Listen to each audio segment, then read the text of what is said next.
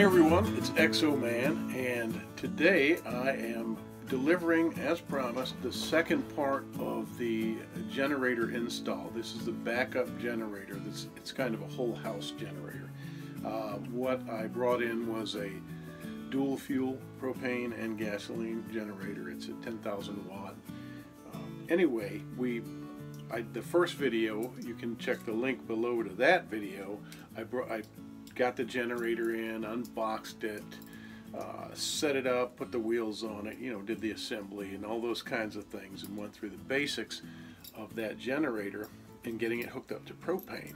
Now, in this next part, this next video, which you're watching now, I'm going to just basically show you how we went about wiring the generator and feeding this panel here. And as I said in the first video, I highly recommend hiring a licensed electrician to do this. This is very dangerous, and it can kill you, and it can kill other people. So hire a licensed electrician. I'm just going through some of the things that we did. Now, what is very important here is this little guy. Okay, this is an Interlock, and I said that I would talk about this. Now, this little device is excruciatingly expensive. It should not be as expensive as it is, but there's not that many people making them. They're basically just a couple of pieces of aluminum and a few screws. But what they do is critical. It's very important. What they do is they block you from, this is a foolproof device. It blocks you from turning your generator breaker to the on position while your main is switched on. Okay, so in other words, I'm going to show you how to do it, but you have to switch your main power off, feeding your panel, and then you can slide this up to get it out of the way of this circuit breaker, and this will be your generator breaker, and you can then turn it on. Okay, so I asked my electrician, I guess there was a little bit of miscommunication. I had asked him to put this breaker, which is my generator, up top. For this design, that's where I need it. Okay. Now, when you buy one of these, you have to pay attention to the manufacturer of your panel. This is an Eaton Cutler hammer. So this is the matching interlock that works with this panel. All right. So we're going to be going through that, and I'll show you basically how we wired it. I had my electrician go through the crawl space, and I helped above here pulling the wire. I'm going to show you all that.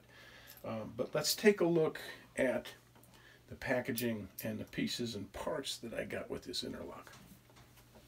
Now let me just explain this a little further so that it's very clear. Most people who've done these kind of things will understand that after, say, a hurricane or a natural disaster and you have a power outage, you want to turn your main off because you don't have power anyway. So you want your main off to be safe, because you don't want power to be restored and you've got your generator feeding your panel, and then you've got a surge going to your generator. That's just not safe. You're going to damage your generator. You don't want that.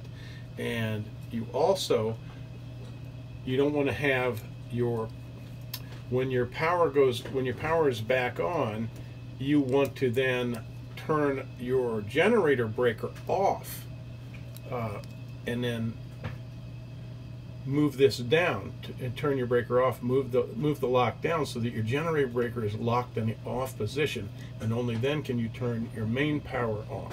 Okay, makes a lot of sense for safety reasons. You don't want to as I said in the first video, the link to which is down below, by the way. Check that out if you want to check out the first video. What I said in the first video is you don't want to accidentally backfeed, have this on while the power is down. There's a power outage. If you have this on and you have your generator running, you can backfeed the grid in your neighborhood and send current down the line and kill the lineman. You definitely want to be careful about that. You don't want to hurt somebody. You don't want to kill anybody.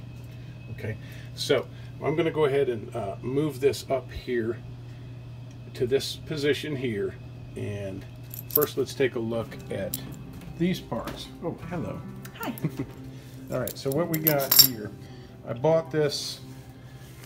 I'm embarrassed to say how much I paid for it, so I won't. It's not that much. It's a lot. They're expensive. It's not $100. Okay, it's a little under $100. There you go. So what did we get for all this money? We got, like I said, a couple of pieces of metal. I mean, good for them. I like to make money. Everybody likes to make money. Very important. Got some instructions. You got a drill to drill the 3 holes, and that's really cool that they put some Loctite or whatever you want to call that in here, because you want to tighten up these screws because you want this to be a firm slide. All right. You got caution labels, and you've also got these zip ties because you're supposed to zip tie the adjacent breaker to the generator breaker. We'll go over that. Okay, and yeah, that's very cool that they put a drill bit in there. Now let's go back in time a few days and I'll show you the wiring, how we wired the generator to the electrical panel. Alright, so now I want to get the wire up into my panel, and we're going to put a double pole breaker to energize the panel.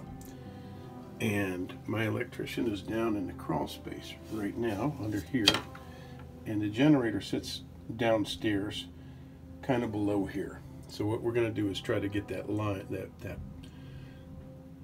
the cord that he has with him in the crawl space right now, using this. We've just taken a line off of one of these breakers, and the reason we've done that is so that he can pull this down. I can feed him this fish tape, and then he can attach our new line to this fish tape, if that makes sense. We're just using one of the lines out of here, a random line for an outlet downstairs to facilitate this, and then he can send up the new supply line, and then we'll be good. We'll have a wire running to our panel, and then we can run it to an outlet that I can plug the generator into downstairs. Now the reason we used that wire to draw the fish tape was simply because the fish tape alone is not strong enough to make the journey in this tight space.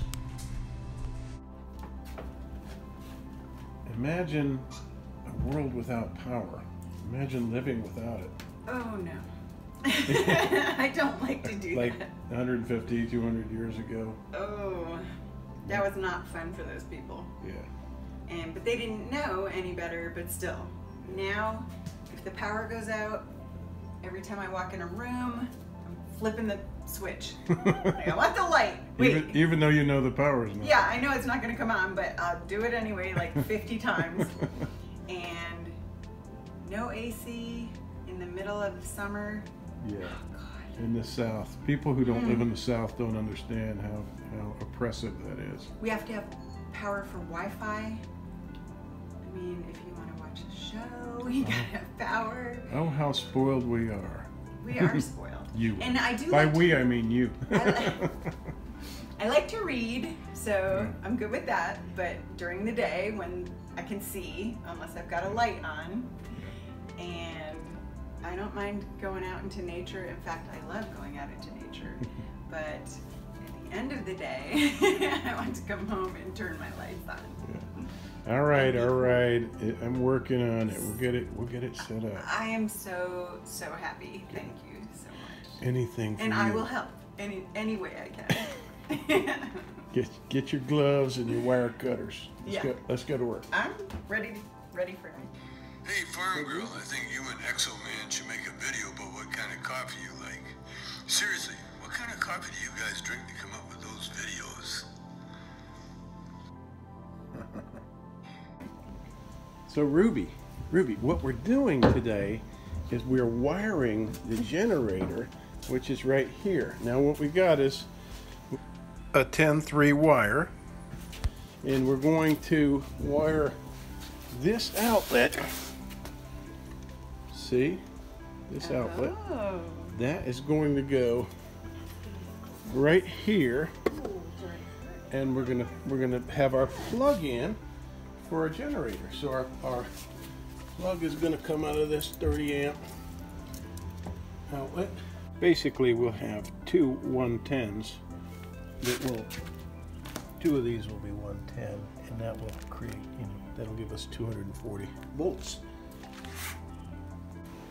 And into here. Does that make sense? That makes sense? Yay, campy! Yay! Mitch, the electrician, is up in the crawl space right now. We got our conduit over here, and we got that nice big beefy wire running right up into the circuit panel in the washroom. Wow. Okay. There's my electrician. You can barely see him in there. He's crawling out of the... That's a tight space, isn't it, Mitch? Oh, yeah. This is one of my Mitches. All the guys that work for me are named Mitch. I'm the best. So he was up in there working, and he had to crawl all the way from over here. Did you know that electricians legally have to have first aid kits? Mitch has one for me because I've injured myself. I've gravely injured myself. That was pulling the... Give him CPR? Yeah, I needed CPR, but you were in the crawl space and I was upstairs. So the dog out. Alright, so now Mitch is installing the input. Which is this. Which we saw already. So we have 10-3 is what he's using. Two of those. Two hots, neutral. Right into the... And your ground, goes to the ground. Okay. Then this is your switch. It has W is for neutral, Y hot, X hot, and of course G is for ground. And ground always goes back to your box. So I busted my finger pulling this cord up through here, and it gave way and my finger slammed into that breaker right there. And that's Good thing you didn't hit that. yeah. Good thing I didn't fry and injure my hand, right? So what Mitch is going to do is he's going to move all these breakers on the right side down so he can put in the double pole 60 you got? Double pole 50. 50. Okay. So you'll know, just in case. So we're getting ready to test it. Your hair is funny looking. Yeah? So the first thing you want to do is turn your main off. And come here and turn everything off. Everything is off.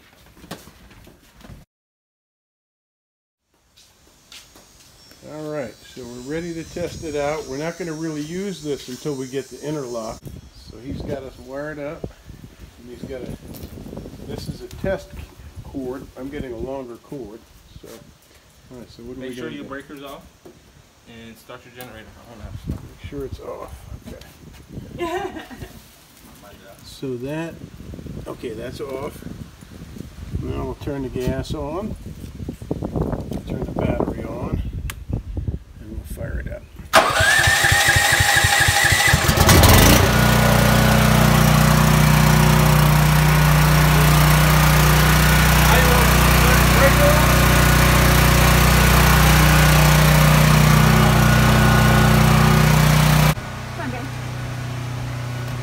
Alright. Ruby, you made a mess. Alright, in the bottom left corner you'll see the 50 amp, which will be moved once you get the lock in. You want to put this on.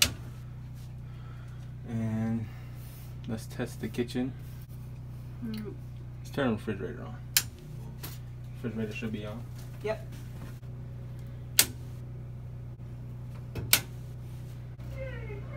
All right, so we hear Got something on that furnace. we hear the generator running downstairs, and now I've got my furnace, my AC on. And I wouldn't My range is working. Jen, My refrigerator's on. when you're on that generator, try to stay within 2 burners. Oh. Yeah, and not turn on the range and AC at the same If time. you want to run if you want to run the AC, you can't run the stove, vice versa. And try to stay So within 2 what'll burners. it do? Just burn the... It's just gonna overwork here. It might throw the breaker on the unit, Gotcha. right? Yeah. Just curious. Okay, so the bottom line is on that generator we have lights, receptacles, AC, sump pump, refrigerator. Essentials. Essentials. Yeah, the real necessities. I love it. All right. Thanks, Mitch.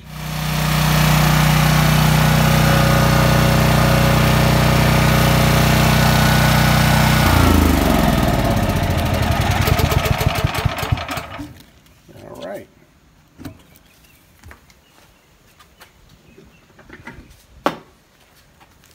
Okay, so that concludes the test. Now we'll get a longer cord, and we'll get our interlock, and we'll be in business. All right, check it out. We've got a nice long cord now, so we can plug the generator in and put it in any position we want. Now, somebody pointed out that you can't run your generator next to a wall.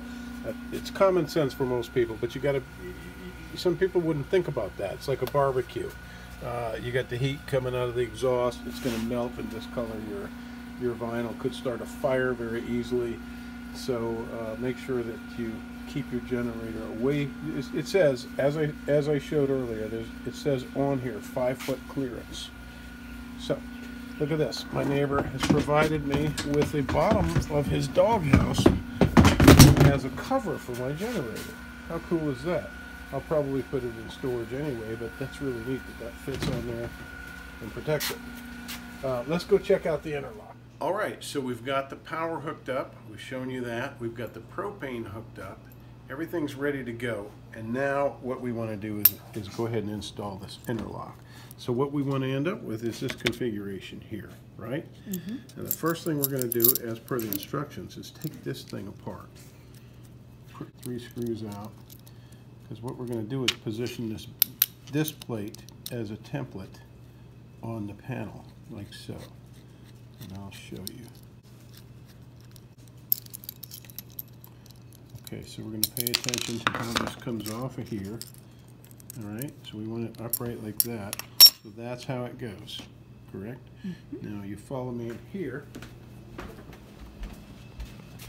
What you want to do is, when you buy these, as I said earlier, you want to check the brand of your panel and just make sure you get something that matches.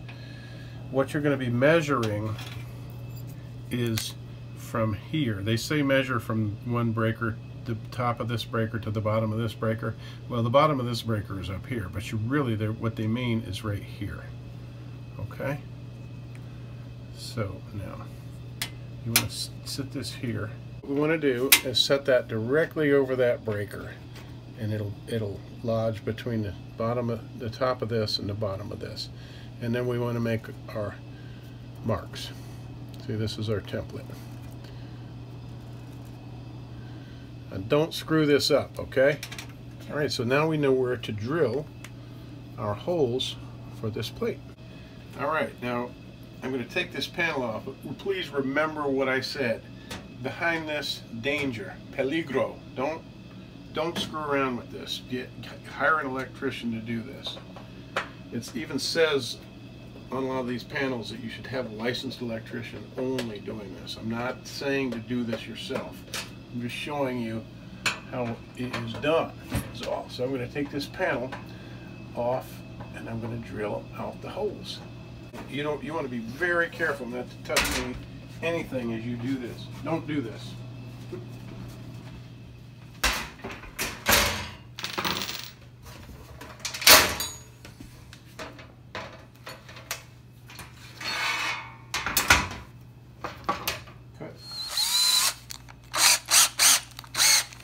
All right, now I've got this over the trash can so that my wife doesn't fuss with me. And I'm going to drill out these holes carefully. You know what you can do is start it with you can pound this with a nail to start it so you don't your bit doesn't slip all over the place. Just kind of create a pilot hole so you don't do what I'm doing.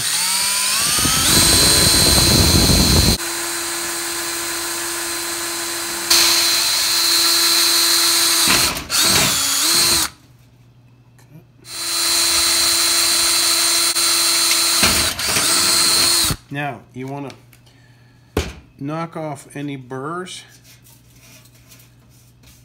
Just file them off, sand them off. Just get them off of there. You can probably rub them off with a flathead screwdriver.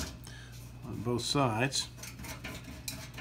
All right, now that I've got this drilled out, I'm going to position this over here and come up from underneath with my screws. One about to worry about. Hi. Nothing to worry about. All right. So we're in business. Reviews of other generators, and they said there's no place. There we go. We have that in position, that's kind of cool. And now we cannot turn the generator breaker now I have to figure out something else. See, until we move the main switch to the off position and lift this up. Only then can we switch the generator on. So remember, without the interlock, this is the weakest link. This is the most dangerous part, because your circuit for your generator can inadvertently be switched into the on position, and you're feeding this with your main, with your power to your house. With the interlock, for your main to be on, again, your generator switch has to be off. So this then is completely safe. All right, so there's no power being fed to this, and if the generator is plugged in, turned on, and plugged into this, that's what's feeding this line. Once you unplug this, again, this is safe. It's a no-brainer. Oh Lord, more parts. Instructions. That's about the extent of it.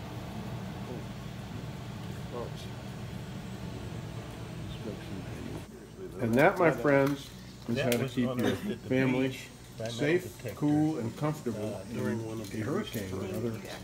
Look at